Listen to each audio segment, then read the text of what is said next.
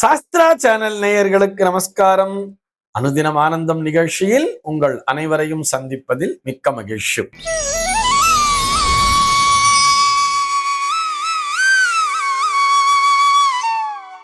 இன்று 3/12/2025 இந்த நாள் குறித்து பஞ்சாங்கம் என்ன சொல்றதுன்னு பார்க்கலாம் வாங்கோ. இன்றைய தினம் விஸ்வாவசு வருடம் கார்த்திகை மாதம் 17ஆம் தேதி புதன்கிழமை. திதி பார்த்தோம்னா வளர்பிறை திரையோதசி திதி மதியம் 12:26 வரைக்கும் இருக்கு. அதனைத் தொடர்ந்து வளர்பிறை சதுர்த்தசி திதியானது வந்து விடுகிறது. இன்னைக்கு நட்சத்திரம் பார்த்தோம்னா பரணி நட்சத்திரம் மாலை 5:58 வரைக்கும் இருக்கு. அதனைத் தொடர்ந்து கிருத்திகை நட்சத்திரம் என்பதும் வந்து விடுகிறது. மாலை 5:58 வரை, அதாவது பரணி நட்சத்திரம் இருக்கின்ற வரை இந்த நாளானது ஒரு சித்தயோகம் கூடிய நாளாக இருக்கிறது. அதனைத் தொடர்ந்து அமிர்த யோகம் என்பதும் வந்து விடுகிறது. இதுபோக பஞ்சாங்கத்திலே வரக்கூடிய யோகம் அப்படின்னு சொல்லி பார்த்தோம்னா இன்றைக்கு பரீகம் அப்படிங்கிற ஒரு நாம யோகத்தை கொடுத்திருக்கா. கரணம் பார்த்தோம்னா தைத்திலம் அப்படிங்கிற ஒரு கரணத்தை கொடுத்திருக்கா. இந்த நாளானது ஒரு கீழ்நோக்கு நாளாக அமைந்திருக்கிறது. இன்னைக்கு என்ன ஸ்பெஷல் அப்படின்னு சொல்லி பார்த்தோம்னா இன்றைய தினம் கார்த்திகை தீபம் என்பது நாம் அனைவரும் அறிந்ததே. அண்ணாமலையார் தீபம் அப்படின்னு சொல்லுவார். ஆக இன்றைய தினம் எல்லோரும் மாலை பொழுதிலே வீட்டிலே விளக்கேற்றி வைத்து வழிபட வேண்டியது என்பதற்காக நினைவூட்டுகிறோம். இதுபோக இன்றைய தினம் பஞ்சாங்கத்திலே கரிநாள் அப்படிங்கிறதையும் கொடுத்திருப்பார். கரிநாள்னு சொன்னா சூரியனுடைய தீட்சிண்யம் அதிகமாக இருக்கக்கூடிய நாள்.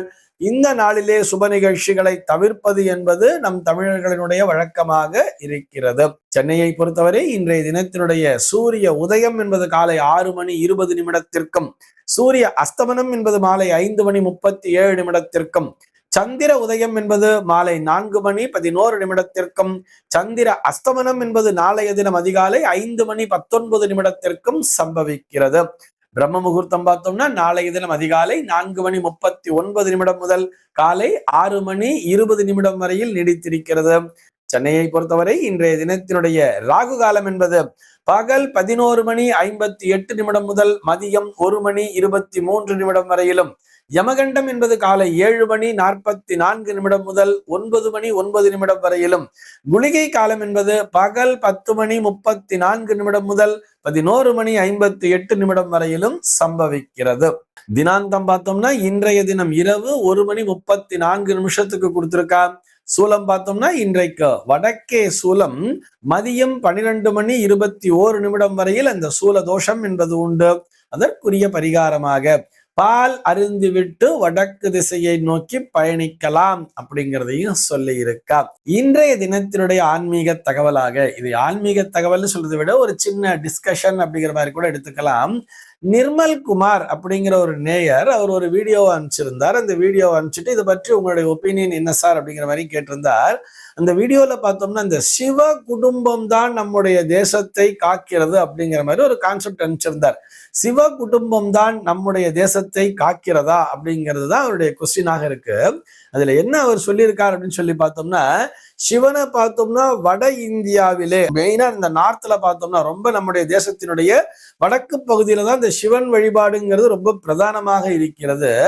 அப்படியே நம்ம அம்பாள் அப்படின்னு சொல்லி பார்த்தோம்னா அம்மனுடைய வழிபாடு பார்த்தோம்னா இந்த பக்கம் கிழக்கு திசையிலே நம்ம தேசத்தினுடைய அந்த கிழக்கு திசை, அதாவது இந்த வெஸ்ட் பெங்கால் மாதிரி ஏரியாலாம் இருக்கு இல்லையா, அந்த வெஸ்ட் பெங்கால் எல்லாம் பார்த்தோம்னா இந்த காளி வழிபாடுங்கிறது தான் பிரதானமா வச்சிருப்பா. அம்பிகையினுடைய வழிபாடு தான் அங்க பிரதானமா இருக்கு. துர்கா பூஜாங்கள்லாம் பிரதானமா ரொம்ப பெருசா பண்ணிக்கிட்டு இருக்கா. அதே மாதிரி நேர் கீழே வந்துட்டோம்னா தெற்க பார்த்தோம்னா தெற்க வந்து சுப்பிரமணிய சுவாமியினுடைய அந்த பூஜைகள், முருகப்பெருமானை ஆராதிப்பது அப்படிங்கிறது தான் இந்த சவுத் இந்தியாங்கிறத விட இந்த தமிழகத்துல எல்லாம் ரொம்ப பிரதானமாக இருக்கிறது. அப்படியே இந்த வெஸ்ட் பார்டருக்கு போயிட்டோம்னா மேற்க பார்த்தோம்னா அங்கே விநாயக பெருமானுடைய வழிபாடு தான் இந்த கணேஷ் சதுர்த்தியெல்லாம் ரொம்ப ஸ்பெஷலா பண்றா இல்லையா, கணபதி பாபா மோரியான்னு சொல்லிட்டு அந்த மேற்கினுடைய எல்லையில பார்த்தோம்னா வெறும் விநாயக பெருமானுடைய ஆராதனைகளாக இருக்கிறது. ஆக இவர்கள் நால்வரும் பரமேஸ்வரன் வடக்கேயும், அம்பிகை வந்து கிழக்கேயும், சுப்பிரமணிய சுவாமி முருகப்பெருமான் வந்து கீழே தெற்கேயும், அதே மாதிரி விநாயக பெருமான் மேற்கேயும் ஆக்கிரமித்து கொண்டு அந்த இடங்களை அவர்கள் பாதுகாக்கிறார்கள். இந்த சிவ குடும்பம் தான் நம்முடைய தேசத்தை பாதுகாக்கிறது அப்படிங்கிற மாதிரி ஒரு வீடியோ அந்த கான்செப்ட் அனுப்பிச்சிருந்தாங்க.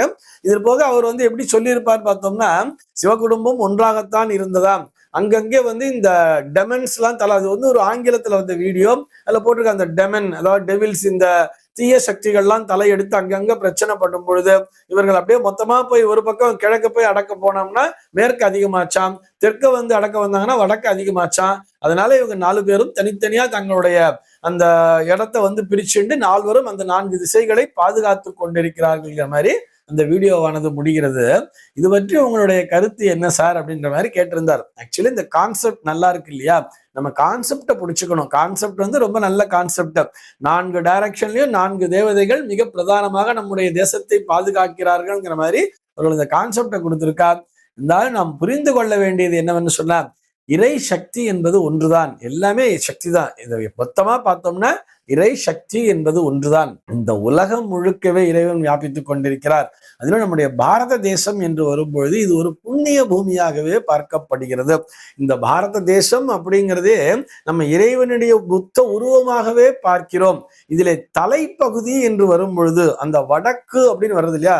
நம்ம பாரத தேசத்தை ஒரு மனித உருவமாகவே நீங்கள் பாவித்துக் கொள்ளலாம். அந்த மனித உருவத்தினுடைய பாவகத்திலே பார்த்தோம்னா அதுல தலைபாகம் என்று வரும் பொழுது எப்பயுமே அக்ரதக சிவரூபாயா என்று சொல்லுவார்கள்.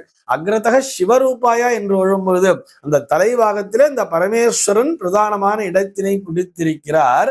அந்த மனித உருவம் என்று வரும்பொழுது அப்படியே இடப்பக்கம் அப்படின்னு சொல்லி பார்த்தோம்னா அந்த இடதுபுறம் என்று வரும்பொழுது அது கிழக்கு திசையாகத்தானே அமைந்திருக்கும். அவர் நேரா நம்மளை பார்த்து இருக்காருங்க மாதிரி வச்சுக்கணும்.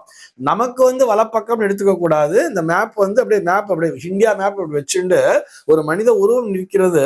அந்த உருவத்தினுடைய தலைப்பகுதியிலே சிவன் இருக்கிறார். அவருடைய இடதுபுறம் என்று வரும்பொழுது பார்வதி வாமபாகம்னு சொல்லுவா இல்லையா? ஆக அந்த பார்வதி வாமபாகம் என்று வரும் பொழுது அந்த இடதுபுறத்திலே அம்பிகையானவள் வீற்றிருக்கிறாள் அப்படிங்கிற மாதிரி எடுத்துக்கலாம்.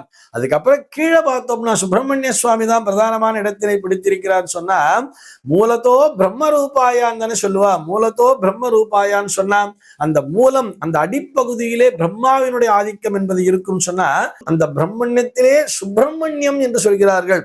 அந்த பிரம்மண்யம் அதிகமாக இருக்கக்கூடிய பிரம்மண்யத்திலேயே மிகவும் உசத்தியான பிரம்மண்யம் எதுன்னு சொல்லி பார்த்தோம்னா அதுதான் சுப்பிரமணியம் சொல்றார். சூன்னு சொன்னா மிக உயர்ந்த மிக நல்ல அப்படிங்கிற மாதிரி அர்த்தம். அந்த பிரம்மண்யத்திலேயே மிகவும் ஒரு உயர்ந்த மிக நல்ல பிரம்மண்யம் எதுன்னு சொல்லி பார்த்தோம்னா அது சுப்பிரமணிய சுவாமியாக இருக்கிறார். அதனாலதான் கீழ்ப்பகுதியிலே சுப்பிரமணியனுடைய வழிபாடு என்பது பிரதானமாக இருக்கிறது. அதுக்கப்புறம் அப்படியே அந்த மேற்கு அப்படின்னு வரும் பொழுது வலப்பக்கம் என்று வரும் பொழுது பார்த்தோம்னா அங்கே விநாயக பெருமானானவர் மூத்த பிள்ளைதான் வலக்கைங்கிற மாதிரி கூட நம்ம எடுத்துக்கலாம். அந்த விநாயக பெருமான் வலம்புரி விநாயகராக அவர் அந்த இடத்துல ஆட்சி புரிந்து கொண்டிருக்கிறார் மாதிரி கூட நம்ம இந்த கான்செப்டை புரிஞ்சுக்கலாங்கிறதுக்காக சொல்றேன். அப்போ மகாவிஷ்ணுக்கு இடமே இல்லையான்னு சொன்னா அவர்தான் சர்வ வியாபினஹா விஷ்ணு அப்படின்னு சொல்றார். இந்த உலகம் முழுக்கவே பறந்திருக்கிறார். இந்த தேசம் முழுக்கவே பறந்திருக்கக்கூடிய மையப்பகுதி அத்தனையிலையுமே மகாவிஷ்ணு தான் பறந்து விரிந்திருக்கிறார். பச்சை பசேல் அப்படின்னு காட்சி அளிக்கிறதுன்னு சொல்றா இல்லையா? அப்படியே மேல டாப்ல அப்படியே கொண்டு போகும் பொழுது நம்ம கேமரா அப்படியே மேல கொண்டு போயிட்டே இருக்க ஒரு ஹெலிகாப்டர்லயோ இல்ல ஏதோ பார்க்கும் பொழுது ஒரு ஏரோப்ளைன்ல கூட பார்க்கும் பொழுது இந்தியாவினுடைய மையப்பகுதி முழுக்க அப்படியே பச்சை பசேல்னு காட்சி அளிக்குமாம். பச்சைமா மலை போல் மேனி அப்படின்னு சொல்றா இல்லையா யார பெருமாளை. ஆக இந்த தேசமே ஒரு தெய்வீக சாநித்தியம் மிகுந்த தேசம் அப்படிங்கிற மாதிரி இந்த கான்செப்டை நம்ம புரிஞ்சுக்கலாம்ங்கிறதுக்காக சொல்றோம். ஆக சிவ குடும்பம் தான் நம்முடைய தேசத்தை காக்கிறதான்னு சொன்னா சர்வ நிச்சயமாக எல்லா தெய்வங்களுமே நம்முடைய தேசத்தை காத்து கொண்டுதான் இருக்கின்றன. இந்த தகவலோடு இன்றைய தினம் உங்களிடமிருந்து நான் விடைபெற்றுக் கொள்கிறேன். மீண்டும் உங்கள் அனைவரையும் நாளைய தினம் ஒரு புதிய தகவலோடு சந்திக்கிறேன். அன்பர்கள் அனைவருக்கும் அனுதினமும் ஆனந்தமாய் அமைய பிரார்த்திக்கிறேன்.